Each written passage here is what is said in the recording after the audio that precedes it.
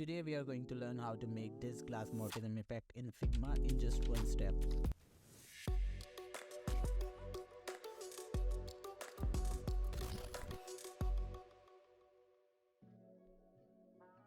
Add a rectangle and add your desired dimensions around those corners. Add a gradient fill and choose linear settings.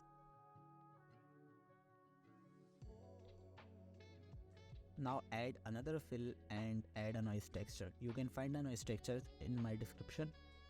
Now add a background blur of 50. Add a stroke and add the linear fill to it too.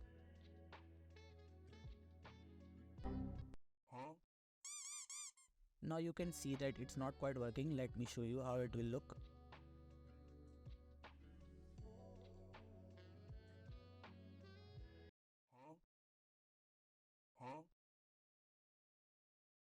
It still doesn't look that much pretty because we are using a white background here. So we can tweak the settings like this. Oh my god! Wow!